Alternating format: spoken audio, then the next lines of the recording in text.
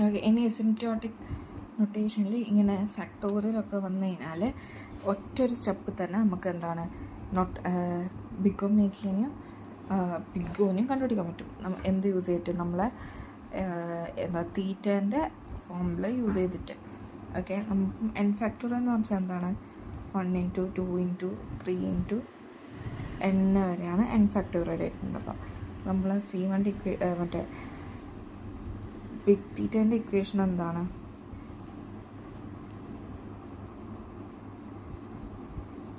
Okay,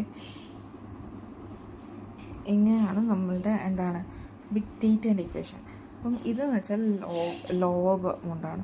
എന്ന് വെച്ചാൽ നമ്മളിപ്പം ഈ ഇതിനെ ജസ്റ്റ് 1 × 1 × 1 × 1 × 1 അങ്ങനെ എഴുതുക. Okay, plus equal to function എന്താണ് 1 × 2 × 3 × n വരെയാണ് ഫങ്ഷൻ വരുന്നത്. ഇനി നമ്മളുടെ ഇത് C2g(n) വെച്ചാൽ എന്താണെന്ന് വെച്ചാൽ നമ്മളുടെ ഏറ്റവും വേസ്റ്റ് കണ്ടീഷനുള്ള രീതിയിൽ. അപ്പോൾ എന്താ n × n × n × n ഇങ്ങനെ എഴുതാം. ഓക്കെ, കൂടുതൽ ചോദ്യം കൊണ്ട് ഇങ്ങനെ എഴുതാം.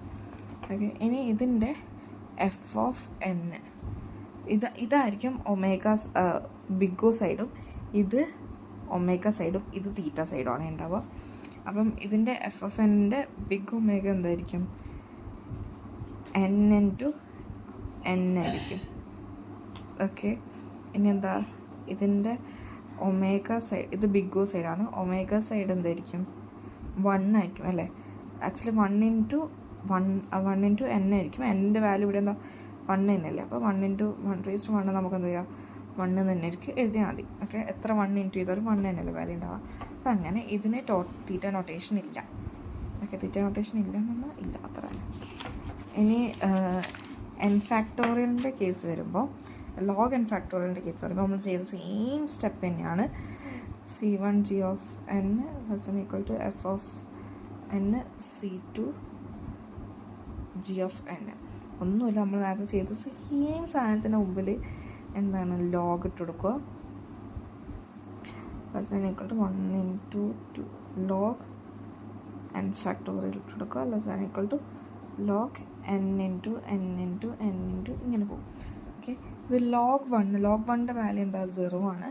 > log n ഫാക്ടോറിയൽ അതേപോലെ തന്നെ ഉണ്ടാവും. > n log n. Okay, log n⁻n ആണ് n log n. അതുപോലെ തന്നെ log 1ൻ്റെ വാല്യൂ 0 ആണ്. ഓക്കെ, അപ്പം ഇങ്ങനെ വരും. ആൻഡ് നമുക്കെന്താ ഇത് ഞാൻ പറഞ്ഞത്, ഇത് ഒമേഗ സൈഡ്, തീറ്റ ബിഗ് O. അപ്പം f(n) ഒമേഗ സൈഡ് നോക്കുമ്പോൾ